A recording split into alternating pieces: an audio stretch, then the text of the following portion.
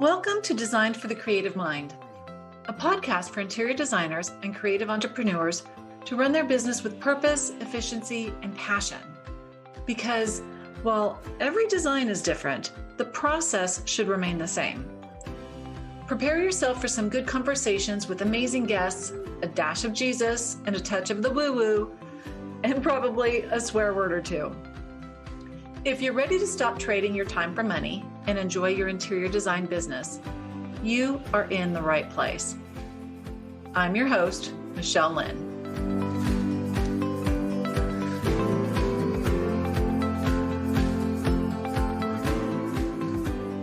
Hello, everybody. Welcome back to the podcast Designed for the Creative Mind. I'm happy to introduce you to Debbie DeCleva today. She leads the dream team at Ogallala Comfort, which is a luxury bedding company with an underlying social and environmental mission to lift people out of poverty and save the monarch butterfly while clients sleep. So Debbie, thanks for being here. I'm looking forward to hearing more about this because butterflies and sleep are just things dreams are literally made of.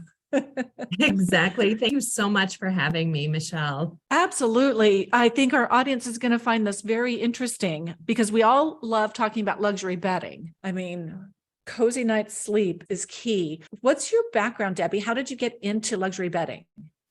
It's really interesting. I actually am second generation of this business. It is a family business, and we're a company that really focuses on milkweed, which is what helps save the monarch butterfly. And the milkweed piece of our down comforters and pillows actually enhance the sleeping experience of clients. So a lot of people, when they use down, especially in warm climates, they're like, this is so hot and sweaty. I'm not enjoying this experience. And with the Ogallala, with that milkweed in there, it's a plant fiber that's hollow and it wicks moisture away from your body. Oh, interesting. Well, I'll tell you, I'm hitting my 50s. And so this is really sounding comfortable. Right. Yeah. So Debbie, so basically milkweed is your secret ingredient that sets you guys up from other brands. Right. The fiber itself is hollow and it wicks moisture away from your body. They actually used milkweed in World War II for life jackets because it is hydrophobic. So that's one of the ways that it makes you more comfortable is it gets that moisture out from under your covers and into the air rather than having you be uncomfortably warm. That makes sense. And how does that actually help the monarch butterfly? And how did you guys figure that out? Yeah. So my father actually purchased the milkweed company from Standard Oil of Ohio. So there was a lot of back research done. And we knew it was a great insulator and we knew that it wicked moisture away. And so what we needed to do as a new company 35 years ago was figure out a way to stay in business. And down comforters and pillows seemed like a great luxury item that had high value and low volume, which is where we needed to be at the time. So yeah, so it was just like merging down and the milkweed fiber together actually makes it a better product than down alone or milkweed alone. So it actually is like a synergistic blend of the two materials. The best of all worlds. And for the butterfly aspect, which really intrigues me because I've just recently recognized that there are so fewer butterflies flying around right now than there were when I was a little girl. I have a 5-year-old and she was out chasing them this weekend. And I was like, you don't see nearly as many as when I was little trying to play with them. How did you guys make that connection between the milkweed and the monarch? So the monarch actually uses milkweed plants as its host plant. So it's they're considered a specialist. So it's the only plant that they'll lay their eggs on. So in order for the monarchs to migrate from Mexico to Canada, through the United States, they need supply of milkweed the entire route and protecting that milkweed because in America, we have actually eradicated a lot of the milkweed and then also the nectar sources. So milkweed is considered a flagship species because people recognize them. And so when you don't see a lot of monarchs, they go, oh, I haven't seen a lot of monarchs, but all of the insects, all of the butterflies are kind of in the same boat because we've been destroying that habitat. So there really isn't nearly as many butterflies now as there was back in 1902 when I was a child. Right, Huh. right. So your Interesting. observations are spot on. We're having a crisis in the butterfly pollinator category. So are we growing more milkweed in the States? How are the butterflies making it from Mexico to Canada? Well, there's been a lot of people who are actually putting milkweed in their gardens right now because they have heard about the problem. It's something where if you want to help the butterflies, you want to teach your 5-year-old about butterflies. Milkweed is a great plant to be putting in your backyard just because you will bring the butterflies to it. I'm going to be shopping as soon as you and I are done with this. Callaways.com or something. It's not an ad, but we're going to be looking them up. So one of the things in your introduction is that you also have the social and environmental mission to lift people out of poverty. You're saving butterflies and you're bringing people out of poverty. This sounds like a really strong foundation. Tell us about that part of the company. Yeah. So we work with communities that are at or below the poverty level, and we monetize their milkweed. So they will actually go out and pick it like they did in World War II, and we pay for it. So these communities that have a lot of underemployment, they will actually be for about 6 weeks out of the year, very short amount of time. They can go out and pick milkweed pods, and then we bring them to Nebraska and we separate them and turn them into different products. Oh, well, that's really cool, though. It's win-win for everybody. Where does milkweed grow? It grows along the entire United States. So any state in the United States has milkweed and also has monarchs. Awesome. And designers, just hang on. I know you guys are wondering, how does this relate to interior design? But I'm just so curious about the whole underlying mission that you guys have. I think that's really, it's important as a business to have a reason other than simply profits to share with others, but also in order to operate. So I think that you've got a two-prong approach with that, and it's admirable. How do you approach the communities in order to assist lifting people that are underemployed or out of poverty? Yeah, a lot of times actually communities reach out to us. And so there'll be people who are looking to earn extra money and they will find us in one way or another, or heard that people pay for milkweed pods and then contact us and we go from there. Usually the first collection's pretty small as they're like, do we really want to do this? And then there are communities that really get behind it, which will actually bring in tourists into their area because then they have a lot of nature that they're protecting. So it helps. Not only are they getting paid for the pods, but they can do tours and show people, here's where that's cool. There's great monarch habitat. So it's interesting. Yeah. And absolutely. It's full circle. Huh. Right.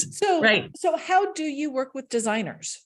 Well, designers are probably our favorite clients that we work with. And the reason that is they have a lot of requests that are not normal, right? As far as producing down comforters and pillows.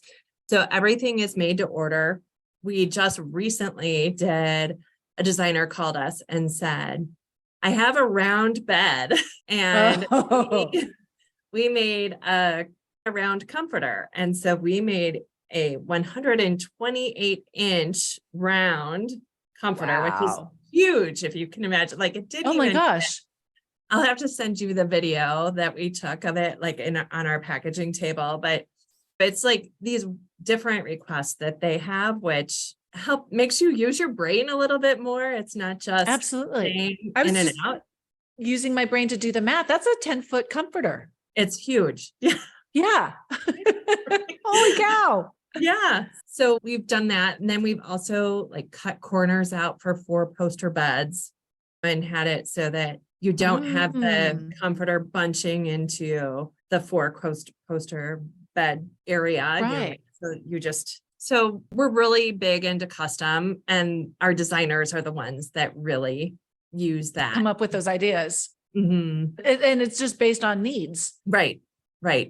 So if everything is made to order, is there a standard ship time? So our custom is made to order. Actually, everything is made to order, but we have pieces that, like a king size comforter is a standard size and a queen size comforter is a standard size. So we have pieces that are ready to go and we ship really quickly, which is another thing that designers like when they're like, I have an install next week. Yes.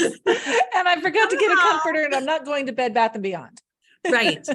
Because the thing is, customers come to you, clients come to you for something different and something that they can't get at Bed Bath & Beyond and can't put it together. So they're basically, when you're working in their bedroom, they're firing their bed, right? They're firing. Yeah. And because they're not comfortable, it's not just the look, it's the feel of it. And it needs to feel luxurious. Exactly. And so the down comforters and pillows that we do, even if you were to buy, say, a soft pillow and you're like, so my client is not happy with this pillow and really wanted a firm, and we can bring that back and get it so that you are the superhero of the client, because we will make whatever you want. So if you have a pillow that's too soft or too firm and you reconnect with your client, we can adjust that so your client is thrilled. Oh, I love that idea. And just out of curiosity, how do you make a soft pillow firm or a firm pillow soft? Is it different content that you put in there or more of it? It's actually more or less. So we'll use different down qualities based on the specifications. And then we will either put more down in it for a firmer pillow or less down in it for a softer pillow. Interesting. Yeah. All of the behind the scenes stuff that you don't really think about. I love that. So you guys have pillows and comforters. Is that your line list or do you have more items? We have also like mattress enhancers. So it's a down bed. So we work in the high end of the market. And so people who are wanting a luxurious bed, they do not want to be poked by feathers. So there's the feather bed, but we actually do a down bed. So it has that soft, same as what a down comforter has, but you lay on top of it instead of underneath it. And getting poked. And it makes it just more cushiony, and it feels like a hug. It does feel like a hug. Exactly. Perfect words. Oh, that sounds great. I'm ready for a nap right now, Debbie. I love that. So if I'm a designer, or our audiences are designers, what benefits would you say we bring to the client by helping them with their bedding selections? Not just the aesthetic. So as designers, we get, we're going to make it pretty. So I'm going to choose what the comforter looks like or whatever. But then there's the insert that goes into it. It truly, for me, if I was using your product, it would be not only are my clients getting the benefit and I look like a hero, but we've got the impact, bringing people out of poverty in some of those more rural communities, and then saving the monarch butterfly, like literally from extinction. Yeah, so they're actually they're not quite on the endangered list yet, but they are looking at putting it on the endangered list. So, but the big thing is you want your bed to feel as good as it looks, right? Yes. So it looks gorgeous, but if you get in there and it doesn't feel as good as it looks great, but it feels like I'm not comfortable or my pillows aren't fitting me right. Kind of like a sexy shoe. It might look really good, but it's not comfortable. You're not going to be happy with it and you're not going to want to wear it for an extended period of time. Exactly. That is the perfect analogy. But so you want something to look great and feel even better, because the purpose of your bed is that you can sleep well. And so a lot of times we've seen people that have the outside of it all looking great and then kind of chintz and do go to Bed Bath & Beyond for the inside, and then it doesn't fit right and it doesn't do this and it is not great quality. So the customer, the client in the end is like, oh, it looks so beautiful. They're not going to rave about the way it sleeps. Yeah. And that makes sense because you think about, I didn't know that there were other options. Like before I got into this industry, I thought that was the only place you get a comforter. That, and there's a catalog I used to get, and Amazon, of course. But now as you learn more, it gives better opportunities, because I would go to, a fancy or swanky hotel and I'd be like, oh, this feels like, what's the difference between this comforter and mine? Right. And it's just different resources and better quality materials. Right. So out of curiosity, just thinking about that, the low end, inexpensive comforters compared to the high end, obviously yours has the milkweed, which really separates you from the pack.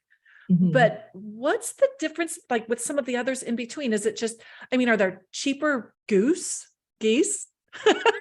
Or is it they just don't feel it as much? Yeah. So all of it, actually. So each piece of the down comforter, whether it's the ticking, the outer covering of it, want it to be sure that it's downproof. And that's what keeps it from poking down in. Okay. So the difference between down and feathers is down is for warmth for the bird and feathers are for flying. So that has that quill in there that's structural and it helps it fly. The down is like the soft under the feathers. Oh, I didn't know that. Yeah. So it keeps the bird warm and then also cozy. So the down quality is a big deal. So there's a content of like how much feather you're allowed to have in something and still call it down. And some companies really take advantage of that. It might be a little over, but that's one of the big differences is feathers are a lot less expensive than the down piece. And then, so the down quality is a really big deal. You can have down qualities that are anywhere from like 450 to 900 fill power. So, which means it's basically, if you think about it and you kind of look at it like M&Ms. So it might be like a mini M&M is that 450, 500 fill power. And then a plain M&M might be your 650 or, and then a peanut M&M. So the down clusters get bigger and that will keep you warmer with less weight. So a lot of people, they look at it and they go, well, this down comforter has 90 ounces of down in it. And I think, well, if you've got 90 ounces of down in it, I can tell you it's not good quality down. Yeah.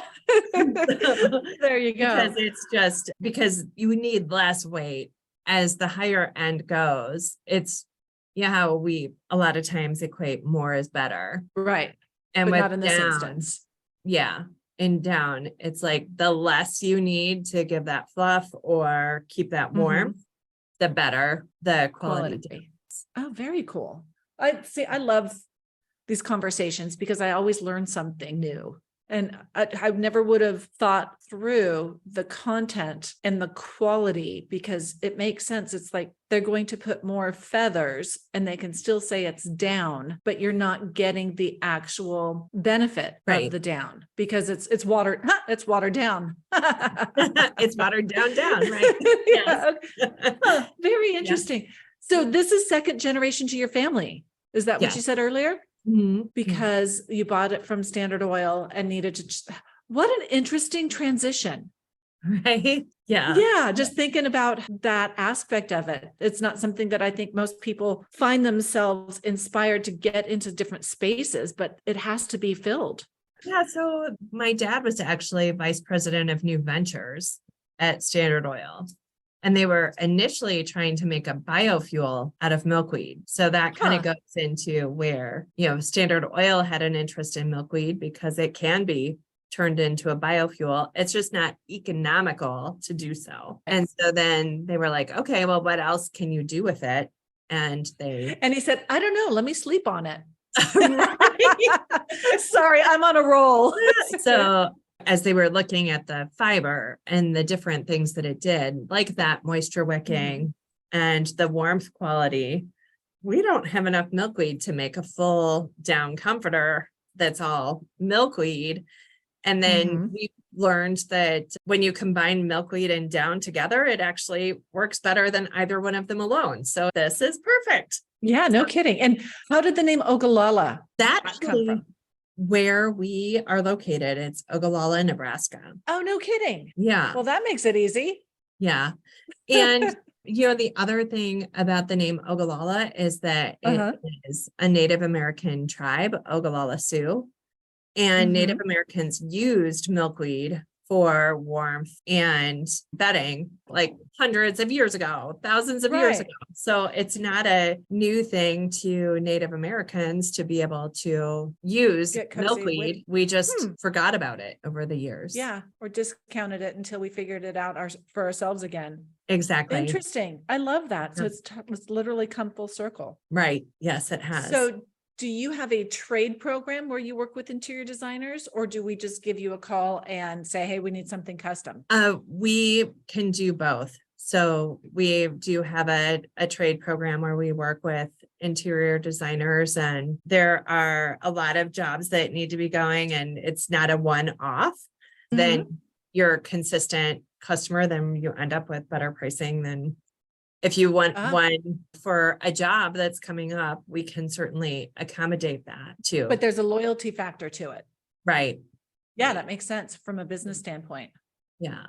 Keep bringing us back, Debbie. Keep bringing us back. Exactly. Well, for any of us, right? Any of our businesses, those repeat customers that they know you and they love you, and like nobody can design like Michelle, right? It's just, you have that loyalty factor, and it makes the relationship more pleasant for everybody. Absolutely. And then as designers get to know your product, we can sell it better and have that experience and so forth. So yes, I do agree. The repeat factor makes a big difference. Right. And extend it to, let's say they love the look and they love the feel of their bedroom. Like, okay, now I need to do this room over here. And I want this same, or my guest room needs to feel swanky. Right. Or I'm going to move my bedding that I did with you a couple of years ago over to the guest room, and I want new. There you go. That's another right. thing that a lot of our designers do. So yeah, I can understand that completely. Oh, fun. Well, Debbie, I love the things that you're talking about, and the fact that you can buy a product and not only help people, lift themselves out of poverty, but saving the monarch butterfly is just such a unique twist to a business. So I love talking about all things business, but I also like to have a little bit of fun. So we're going to transition this into a quick rapid fire Q&A. So hold on, put your seatbelts on. Ready? All right. Okay. We'll start off easy. What was your favorite subject in school? English. If you couldn't be in the profession you're in now, what would you be doing? I would probably be a environmental restoration person. So that's interesting. So there's still a string between the two. That keeps you getting up in the morning. Do you have an innie belly button or an outie belly button? Innie. And what is your biggest pet peeve? Littering. Yes, no kidding, huh? Littering. Stop it. Right. If you could have one superpower, what would it be? I don't know. I think Spider-Man's pretty cool, where they can climb up all the different walls and whatever. Even upside down. Right. And swing across from building to building. I think the swinging is really, that would be fun. That would be a lot of fun. Right. Oh, what would you pick for your last meal, Debbie? I think cedar plank salmon. Oh, that does sound good. Between that, the M&Ms, and a nap, this might be my favorite conversation.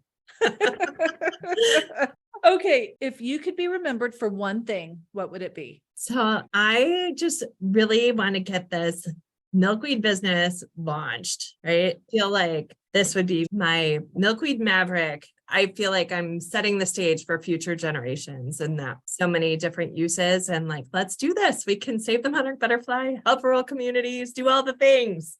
Oh, I love that. I think that's a hell of a legacy to live behind. Yeah. Well, on that note, thank you for being on the show today. I think our audience probably learned a heck of a lot. I hope they did. I did. And I think they've loved everything that you've shared. How can they connect with you? Website, social media, all the things. Yeah. So we have OgallaLaComfort.com, and that is our, down. And then of course you can always give us a call, 308-284-8403, and tell them heard you on Michelle's podcast. And we would love to work with you. How do I set up an account? And Marley's really great at walking people through it and giving different options on how you can work with us. We've got a Facebook page and Instagram. We do a little bit on LinkedIn, but it's in the beginning stages still. Well, I think most designers, which, if you love designers, that's where we are, is on the gram. And Ogallala, y'all, it's spelled like this, Ogallala, Ogallala. It's fun. Right. I will make sure that all of those details are in the show notes, so you guys can all find them. And again, Debbie, thank you for being here. And designers, for those of you who can benefit from even more resources surrounding the business of running your interior design business, you can check out our paid program. It's called the Interior Design Business Bakery. We have a free Facebook group where I go live once a week, and that's called the Interior Designers Business Launchpad. And also, if y'all wouldn't mind, I could really use some reviews for the podcast. It helps keep us relevant, and I would be very indebted for any of you who would just drop a thumbs up or 5 stars or whatever the rating system is wherever you listen to the podcast. So thank you very much. Until next time. And Debbie, thank you again for being here. Thank you, Michelle. This was really a fun conversation. Oh yeah, we try to keep it fun over here. Hey y'all, if you love the show and find it useful, I would really appreciate it if you would share with your friends and followers. And if you like what you're hearing, want to put a face with a name and get even more business advice, then join me in my Facebook group, the Interior Designers Business Launchpad. Yeah, I know, it's Facebook. But just come on in for the training and then leave without scrolling your feed. It's fun. I promise you'll enjoy it. And finally, I hear it's good for business to get ratings on your podcasts. So please drop yours on whatever platform you use to listen to this. We're all about community over competition. So let's work on elevating our industry one designer at a time. See you next time.